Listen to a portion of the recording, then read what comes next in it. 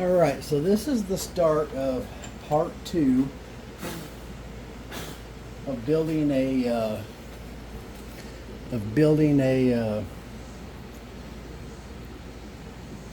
Novaculite neck knife.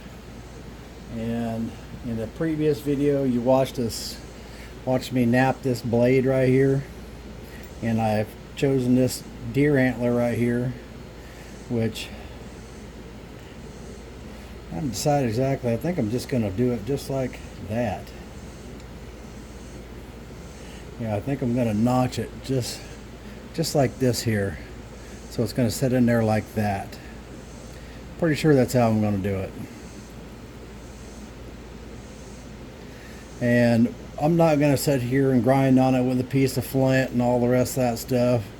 Oh, I'm going the modern way, and I'm going to use a bandsaw. And I'm just going to cut a slot in there, and then we're going to go inside the leather shop, or I may do it right here, and we'll set the blade in with a little glue, and then we will put some pine pitch around it and wrap it, and that part will be done. So let's get started on this. This is pretty straightforward. Just going to cut a slot, and we're going to try and make it fit tight, and if it doesn't, we'll make up for it.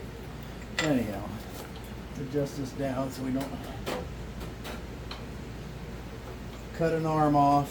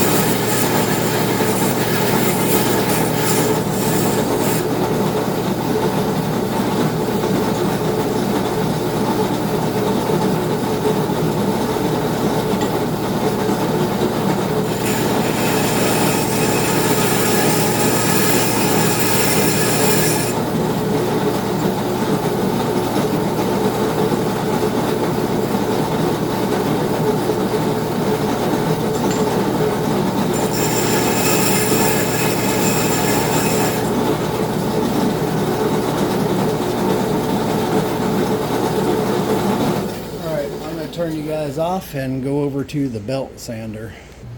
Okay, so we're at the belt sander, and I use this thing, and this fits in here like this. Once it gets wide enough, then you can come down to this part, but that just helps get it to the right width. We're probably going to have to be a little deeper, but let's get this part set. And I'm going to take more off this side than this side, so that it kind of straightens up in that thing a bit. So, and you can adjust your notch one side or the other to try to adjust for those things.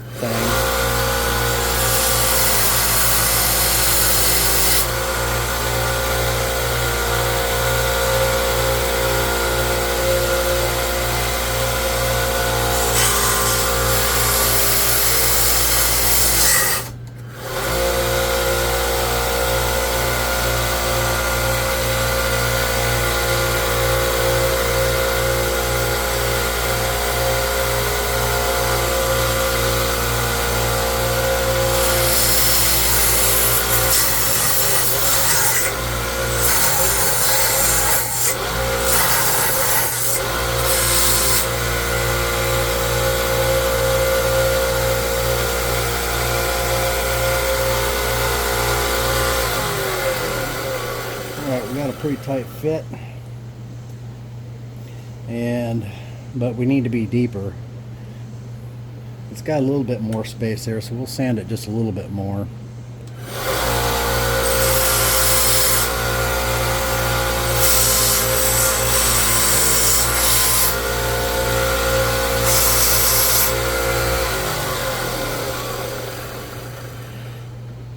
Alright, we're still not at the bottom of the notch. but I want this up in here, so we got to go quite a bit deeper. So we're going to go back over to the bandsaw. We're back to the bandsaw, and we're just going to deepen this notch.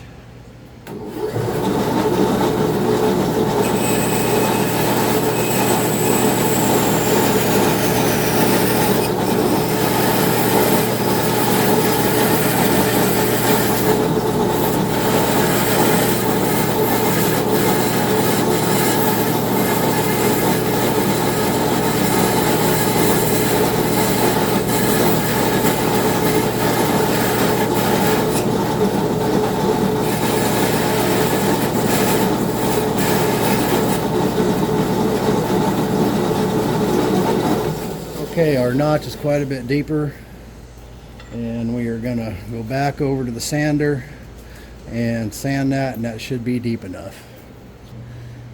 Alright, I come back over here and forgot to turn you on, but I didn't get very far, so let's get this sanded.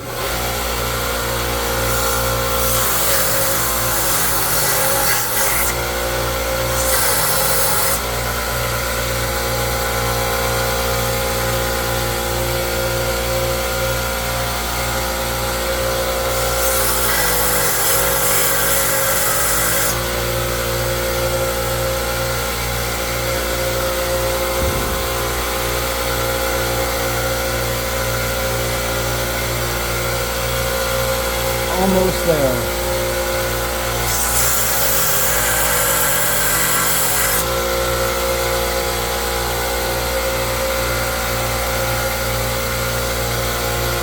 Try to get it down in there that much further. Take a little bit off the other side.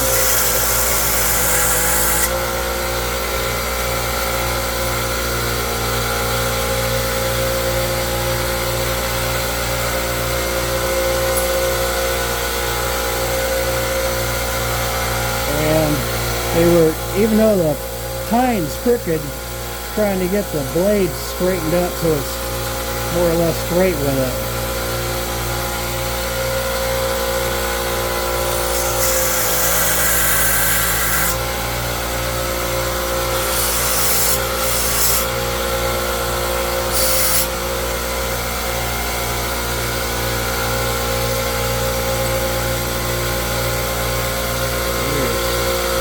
Still too tight.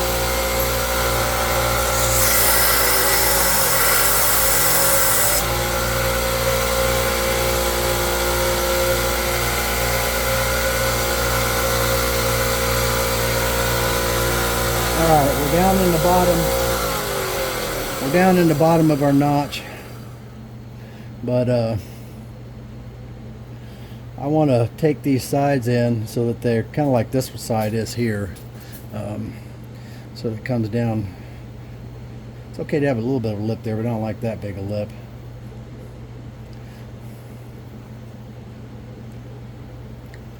Make sure we got everything lined up how I want it.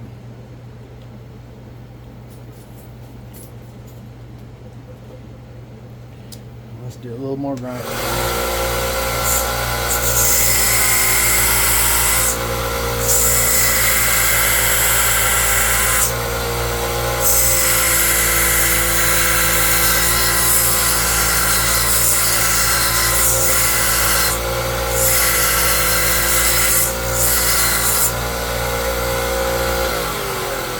Part that's ground is going to cover with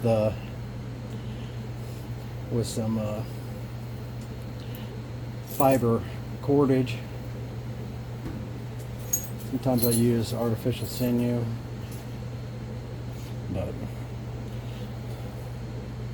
yeah, so that's going to fit down in there just like that, nice and tight. And I ground down there in them notches, so that's going to be our piece. And that's going to fit in a sheet like this, and I don't know if you can see that or not in there, but it's going to fit in a sheet like this, and it'll just hang from your neck like this. And then you'll have a nice little knife. So we're going to go in and we're going to put some, we're going to put a little glue on this, and then we're going to put pine pitch all around it and kind of fill the rest of that up and seal it and all that stuff. And I put the initial glue in there. If someone leaves this on the dash of their car, in Oklahoma or Texas or anywhere where it's hot and it gets 160 degrees inside the truck, you're going to come back, all the pine pitch is going to be melted out and the blade's going to just be wobbling there. But just the glue's just extra precaution, I guess. I mean, at that point it's going to need repair anyways. But so if you're selling any knives, make sure you advise people not to leave them in a hot car if you're using pine pitch.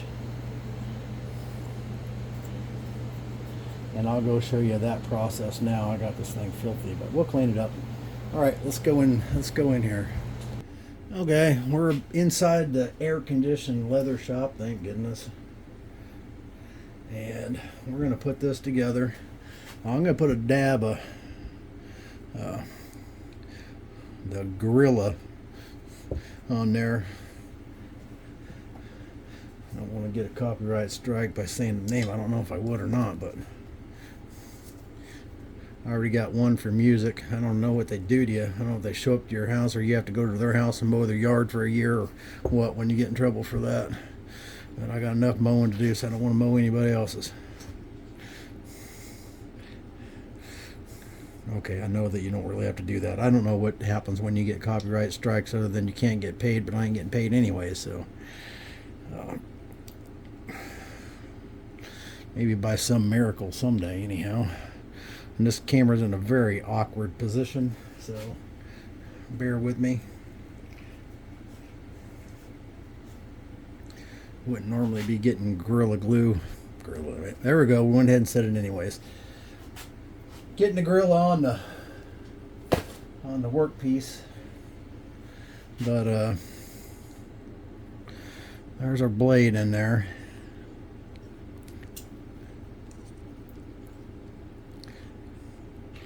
I actually like it better the other way. No, actually I like it better that way. Okay, so we got to prop this up somehow or another. I don't have my stuff I normally would prop it up with here. So actually that should work right there. What we're going to do from this point, tilt it over just a little bit. I've got my pine pitch right here. I'm just going to heat that up and let it drip down in there. And that'll run down in there. Some of it will run out the other side. But as it cools, it won't do so much running. So we got it so you can see it ran out the bottom, and that's all right. We'll come over and do the other side, and we're gonna go back and forth while this is drying it, or hardening up. It actually takes a little bit for it to harden back up. Oop. All right, let's try that again. I knocked it over.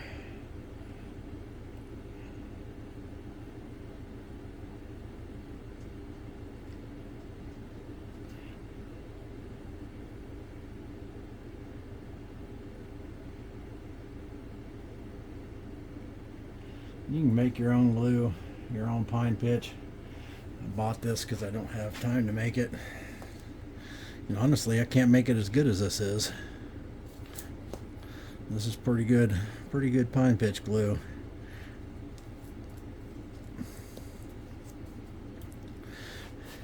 And we'll come back over here. Oops. And you want to fill this up so there's no room for movement.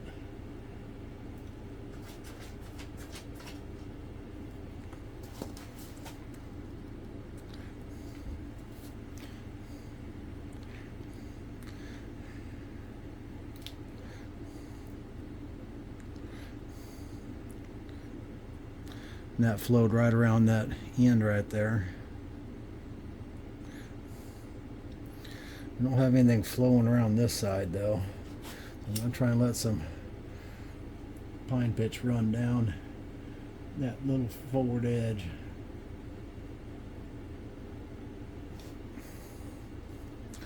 Just like that.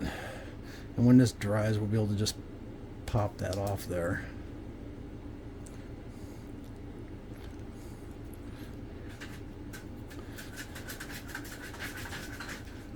And I always make a mess with this. And I'm making a bigger mess right now because I'm not in the normal place I would be in. Use this warthog tusk.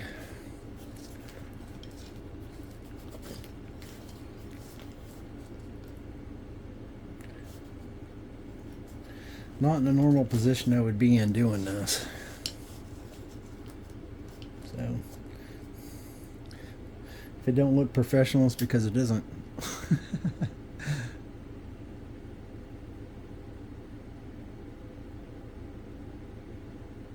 All right.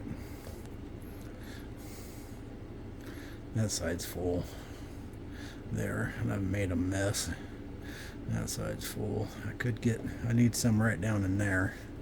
So prop this back up. See if I can get some to run down in there. Now let's see.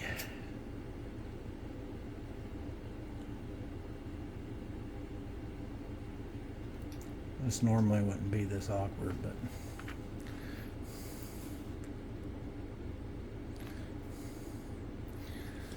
all right. So when that dries, the rest of that'll come off. But we also don't want this big old mess on here. Now this is going to be covered with our cordage, so that don't matter none. I mean, if it's got some on it, it don't matter none. But you see our pine pitch is all ugly here. So what we're going to do is we're going to heat it up just a little bit. And it's going to start smoothing out.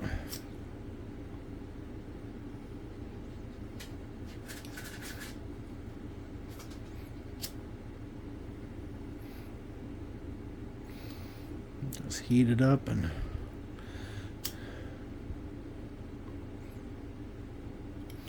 should get glassy smooth.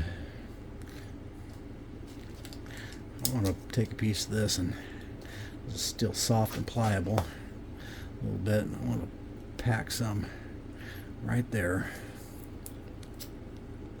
and heat it up.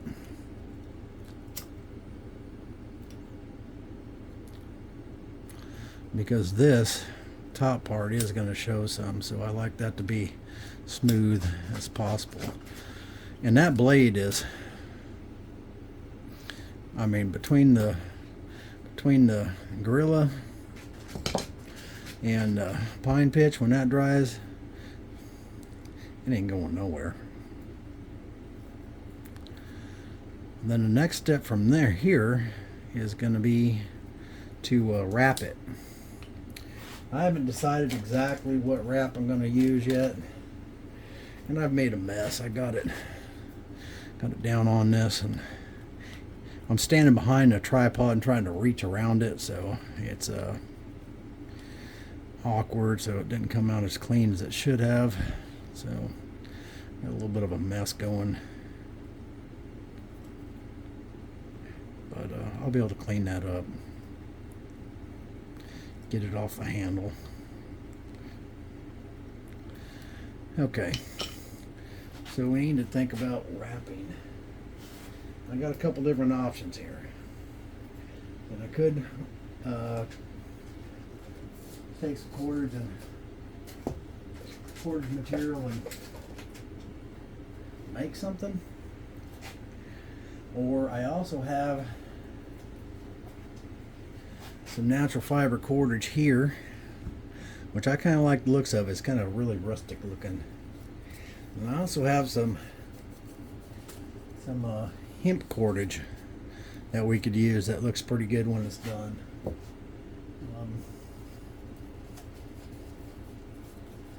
I have some finer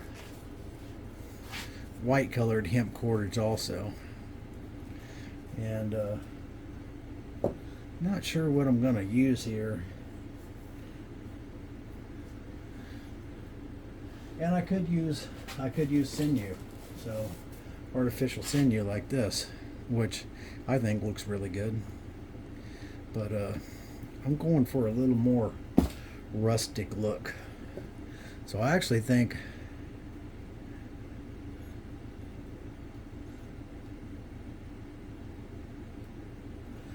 I'm going to go with the hemp cordage on this one.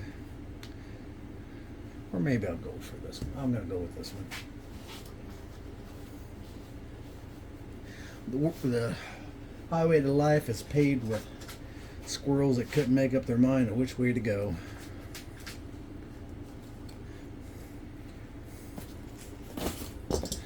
If that makes any sense, you ever seen a squirrel trying to cross the road?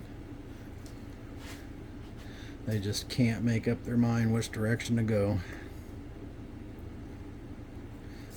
Okay. So this is still kind of wet, so I'm going to stick that in there, and that's going to stick into the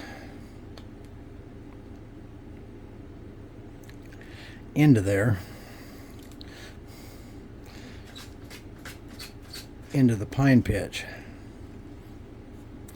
And that, and the tension from wrapping over it, is going to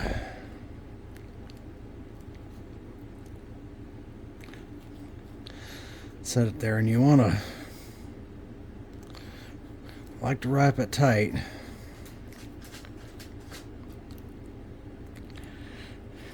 so there's not a bunch of big gaps in the cordage. I don't like a whole bunch of gaps in it. I like it to look like it's wrapped tight. And we're going to come down there, back up, and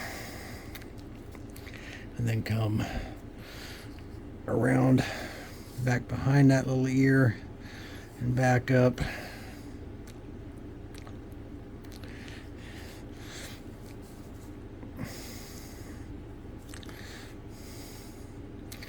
Do that again.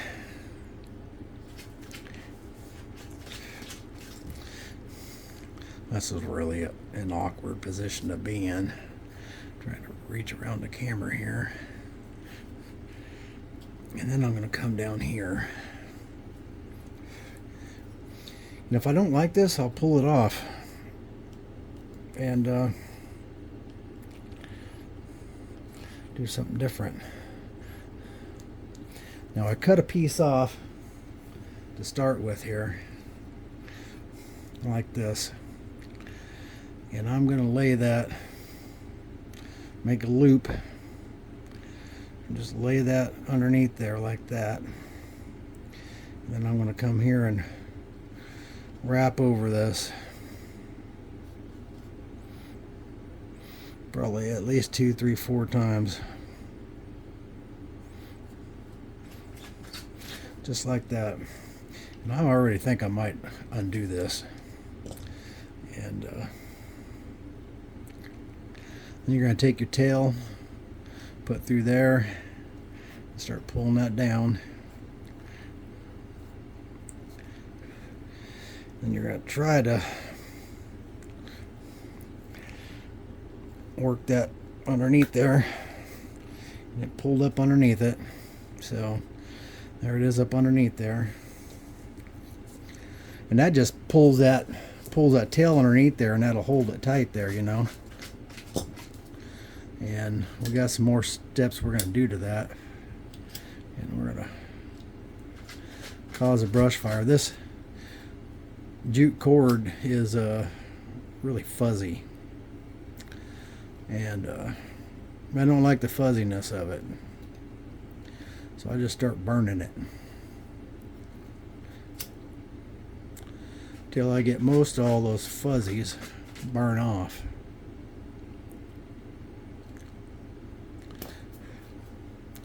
So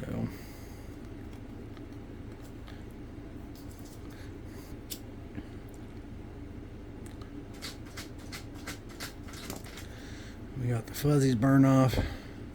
Now, I don't really care for the color of that cord. It's okay, you could leave it like that. I don't really care for it much. So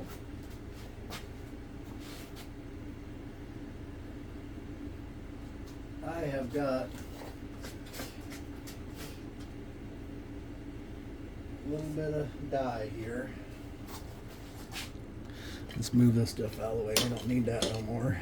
I thought I was going to be using that stuff to prop it up in the air, but all we needed was the tusk.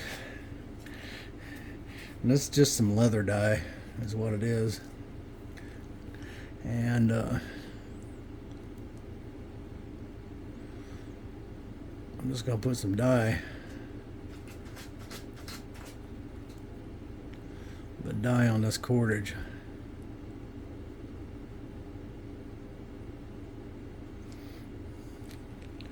Darken it up a little bit.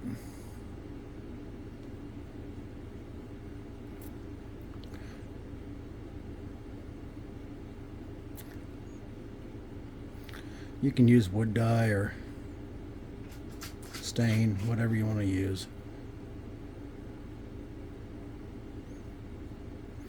If you want to darken it up at all.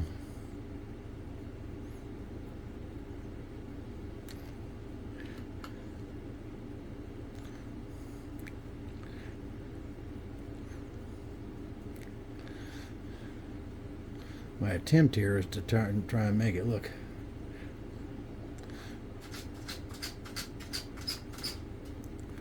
older and more rugged than it is. That's pretty good. Let's put this away.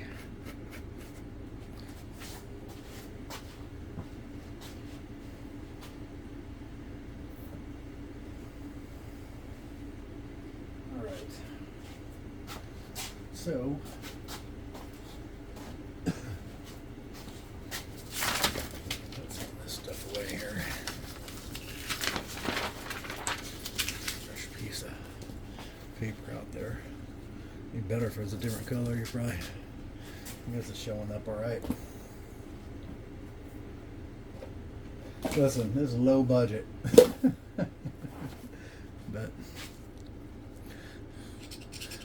I'm gonna have to go through and clean some of this up.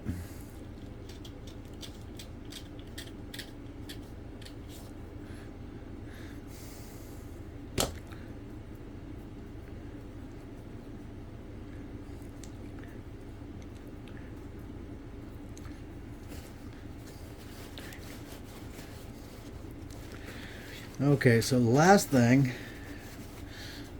I'm gonna do, we got it glued in there, we got it.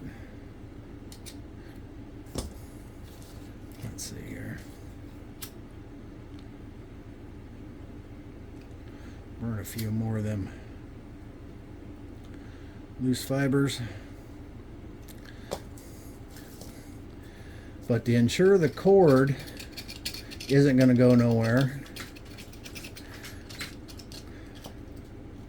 I want someone to be able to use this too, you know, not just for hanging on the wall or putting in a display. If someone wants to take this and use it, I want them to be able to use it. So I want this blade to be attached as best as it possibly can be. And there may be a better way to do it. I don't know. And some of these steps may be not necessary. And if they're not, that's okay. They're necessary for me. Just showing you how I like to do it, or how I've been doing it.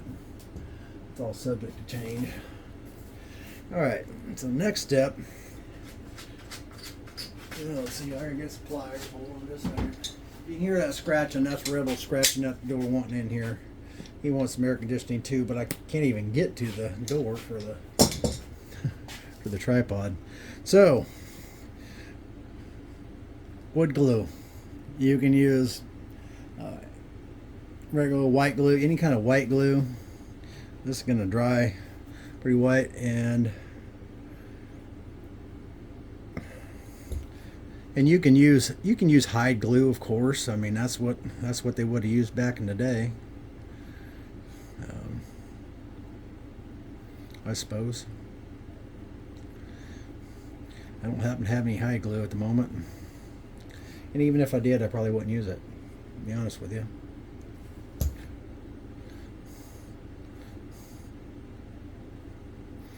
And when it's dry, you're not going to know the difference anyways. And I just kind of smooth that down, and it doesn't take that much. And that's going to lock all of those, that's going to lock all that together.